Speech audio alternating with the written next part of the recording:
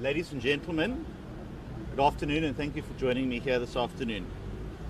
Last week, when I updated the public in relation to the outcome of the PwC oxygen plant tender, I began my address by acknowledging the crucial work of investigative journalism in South Africa. I specifically said that it keeps public officials and politicians accountable outside of the normal democratic checks and balances.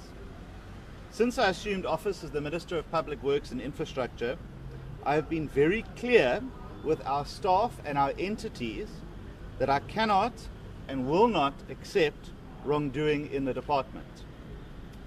And where required, I would personally open cases against those accused of criminality, because I must lead from the front when it comes to ensuring we are a capable and ethical-based economic delivery unit in South Africa. At 8 p.m. last night, I met with the board to discuss the events that unfolded in the media that morning. As I said on social media and to the board, watching the video of Ms. Malaka allegedly offering Mr. Myburgh a bribe of 60,000 rand made me sick to my stomach and left me in disbelief. It's one thing to hear about corruption. It's another thing to see it take place so blatantly and with a feeling of impunity.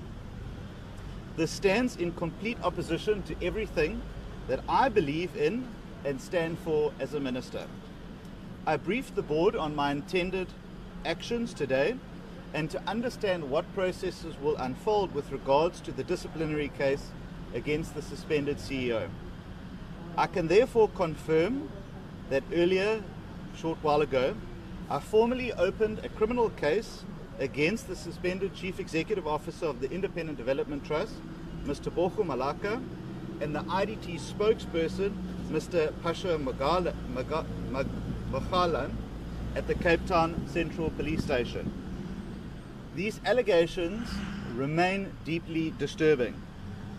They, in my view, are not just a criminal act, but an assault on the institutional framework of government to provide services to the people of South Africa, especially in the social infrastructure space that the IDT is responsible for. Attempting to bribe a journalist to bury the truth is an attack not only on the free press, but on our democracy. It is an attempt to silence accountability, to undermine public confidence, and to shield corruption from exposure. Ladies and gentlemen, as I have said earlier, I've made it clear and will continue to do so in word and in action that the department and its entities are no longer a playground and safe haven for maladministration and corruption. I was well aware, even before stepping into office, of the serious and long-standing allegations surrounding the IDT. For years, it has been plagued by governance failures, incomplete projects, tender irregularities, and repeated audit disclaimers. It was an entity in crisis, a state institution meant to serve the public, but instead consumed by dysfunction. Over the past year, we have begun restoring order and integrity to the IDT, but we have faced fierce resistance, not just from within the bureaucracy, but through an organized and well paid for and funded campaign to protect criminal entrenched interests. This network has been aided and abetted by political parties like Action South Africa and the EFF, and sadly, members of the media. I have personally been the target, and Ms. Hill, by the way, of coordinated disinformation campaigns, including fabricated voice notes, false call logs, and WhatsApps, which again, and it doesn't surprise me, are circulating again this morning to try and suggest that Ms. Malaka is a victim of all of this. Fake news articles which were published by outlets and even on the front page of some newspapers, and then they had to retract them once the evidence was put on the table. Anonymous social media accounts and bot networks have been used to spread lies and attack our cleanup efforts. For months, the narrative being pushed by those resisting reform was that I, as the minister, was paying journalists to attack the IDT. Not only was this false, but it turned out to be a projection of what they were doing. They said I was paying journalists, and it turned out that they were then paying journalists. As the allegations published yesterday confirmed, the very individuals implicated in corruption were in fact trying to bribe journalists themselves. It's my considered opinion that this attempt to buy cooperation is not an isolated incident. It quite possibly extends to unimaginable spaces and individuals.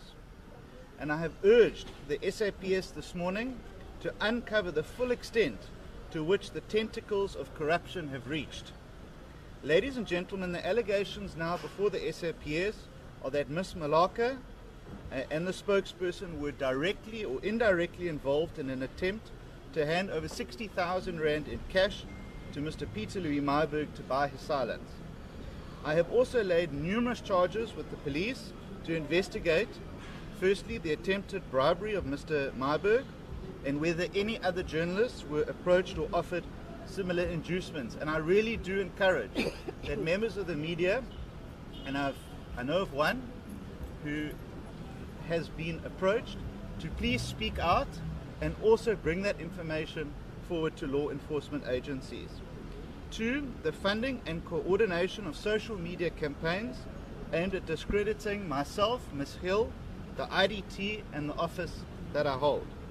3, the role of politically connected individuals and public commentators in amplifying false information to shield wrongdoing and corruption, because that is an accessory to corruption. And 4thly, any other acts of corruption or criminality linked to these attempts to interfere with media freedom and obstruct accountability. Corruption cannot survive without enablers.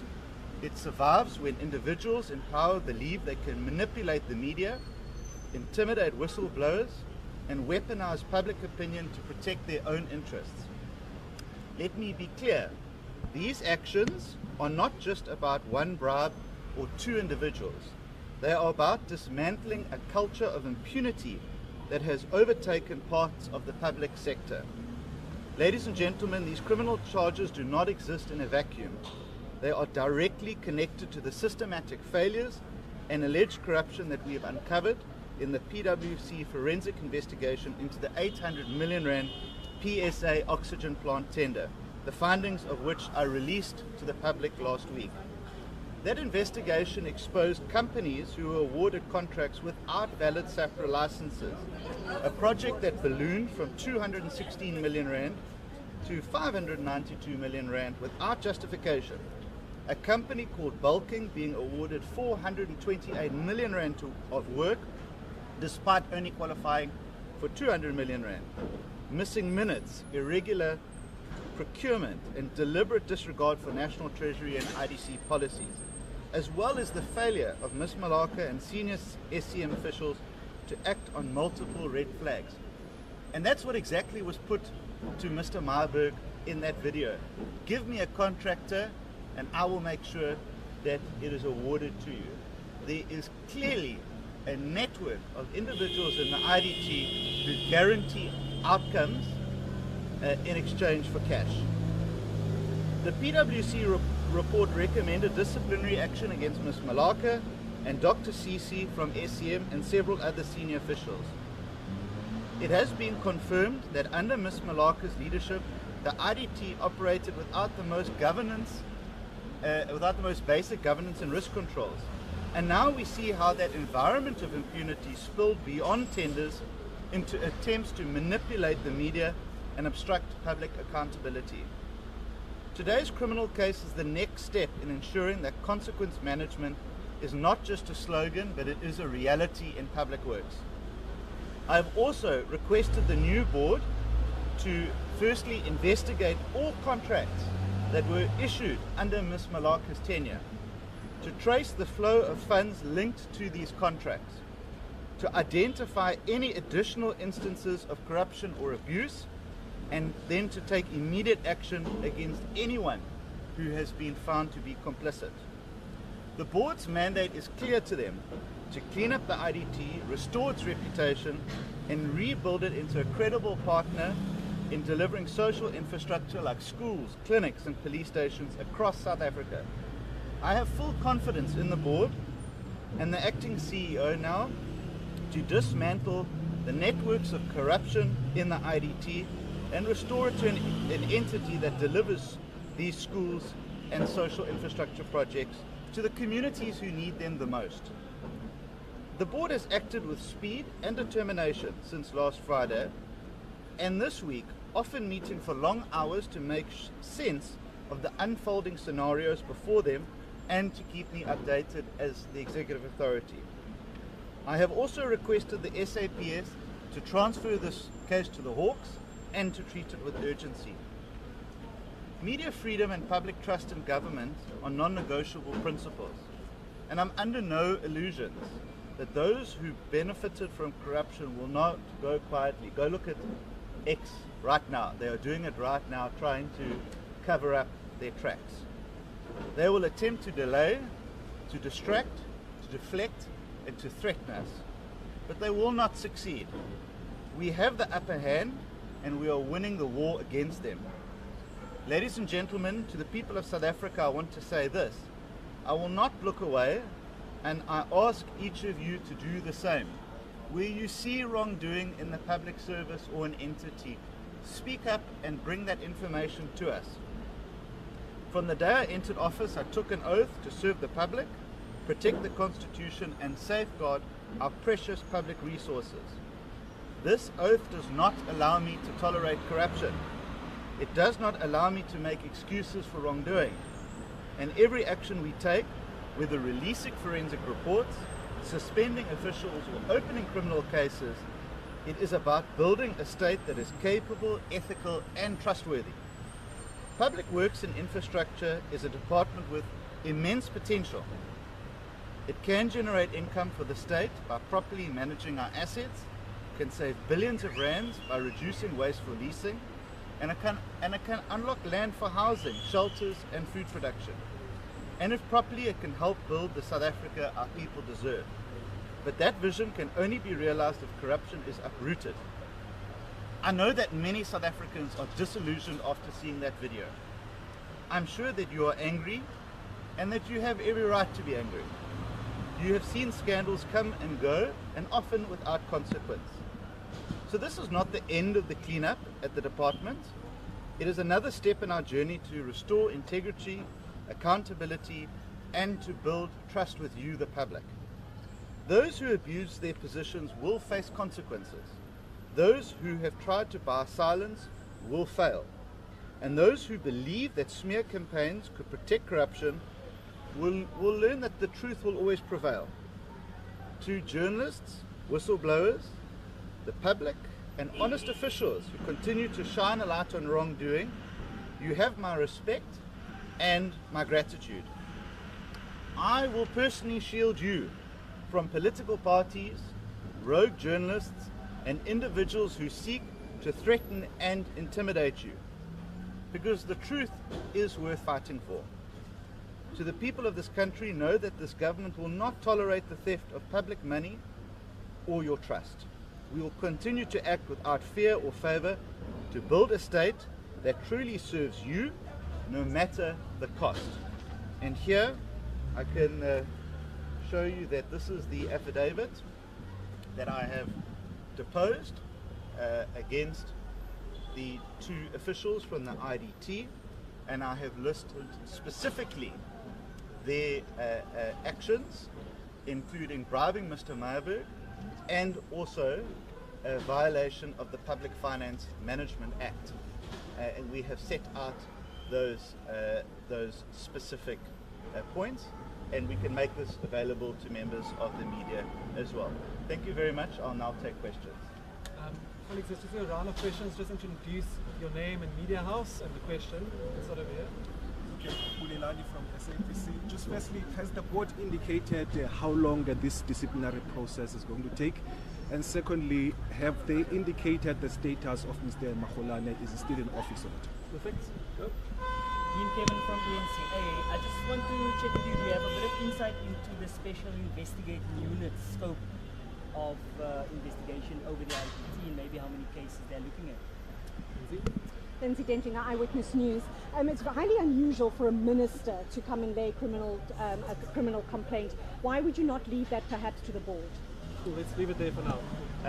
So firstly, as I said, I met with the board at 8 o'clock last night. We discussed the status of Ms. Malaka as the suspended CEO. I also have to respect that there are labour laws and processes that are required for the disciplinary case against her. I think that obviously what has happened as a result of yesterday has amplified the need to ensure that the process is completed as quickly as possible, but to also ensure that it complies with all laws and regulations so that a satisfactory outcome is sought. There are conditions that were attached to her suspension. One of those were that she may not leave Gauteng without permission of the board, and that she may not speak to anyone from the IDT. I think it's safe to assume that those two may have already been violated by her being here the day after with an official from the IDT. But that process is within the board's ambit.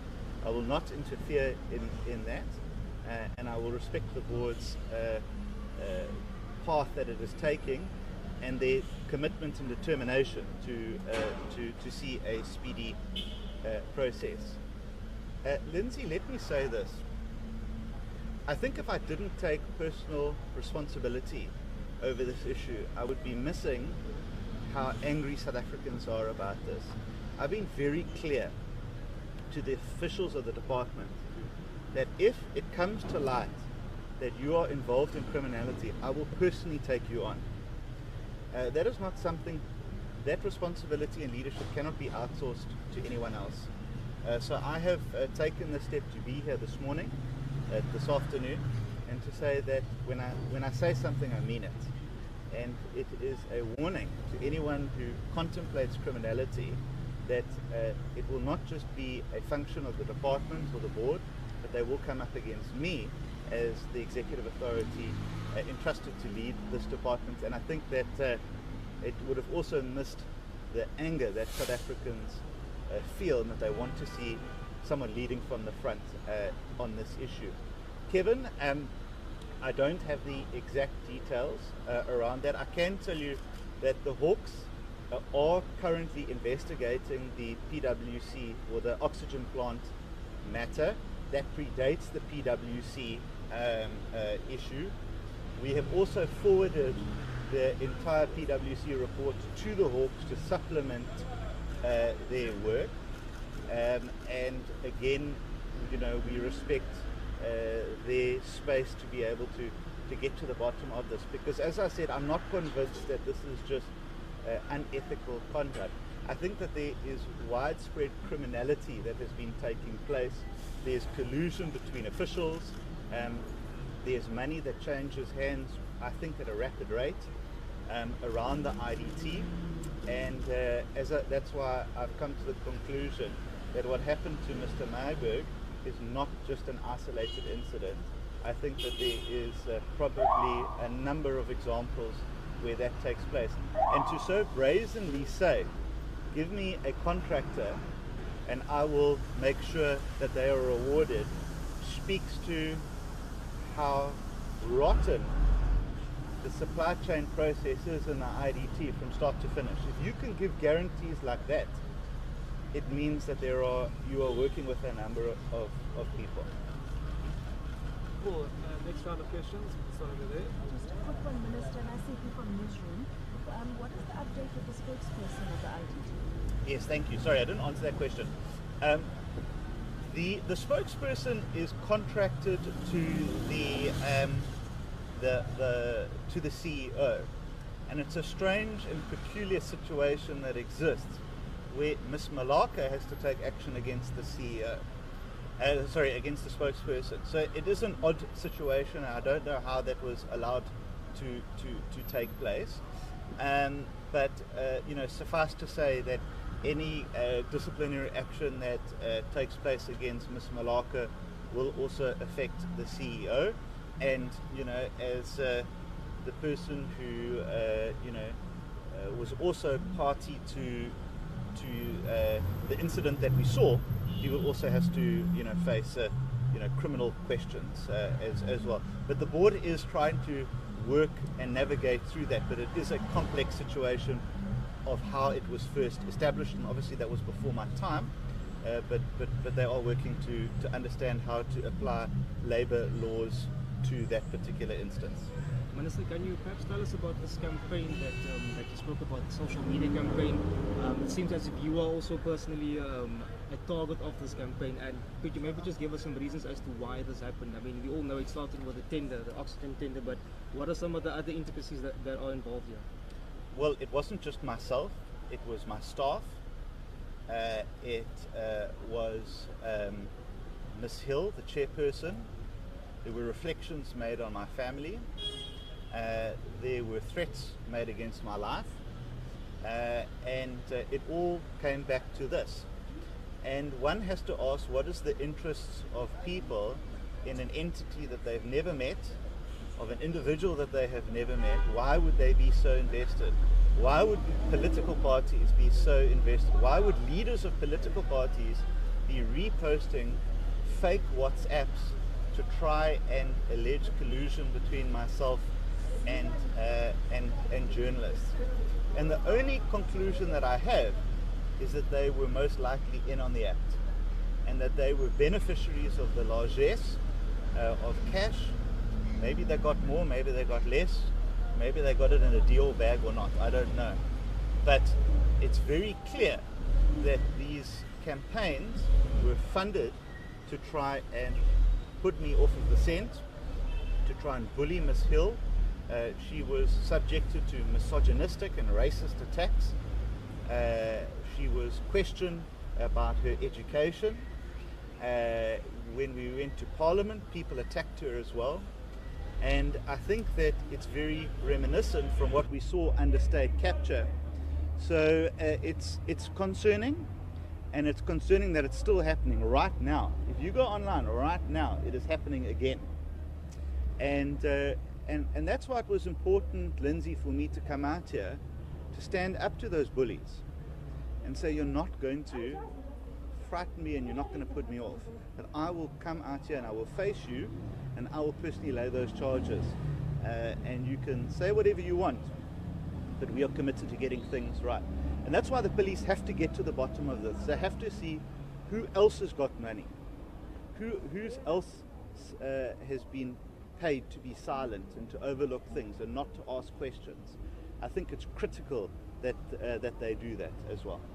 Minister, can you provide us with an update on the lifestyle audit you called for the odd or so 400 employees at the IDT? The 400 relates to the department. That is currently underway. You will recall that one of the things that the former board, before the new one took over, is that they had agreed to start with the lifestyle audits of the executive of the IDT, and they are still pursuing that and will continue to do so.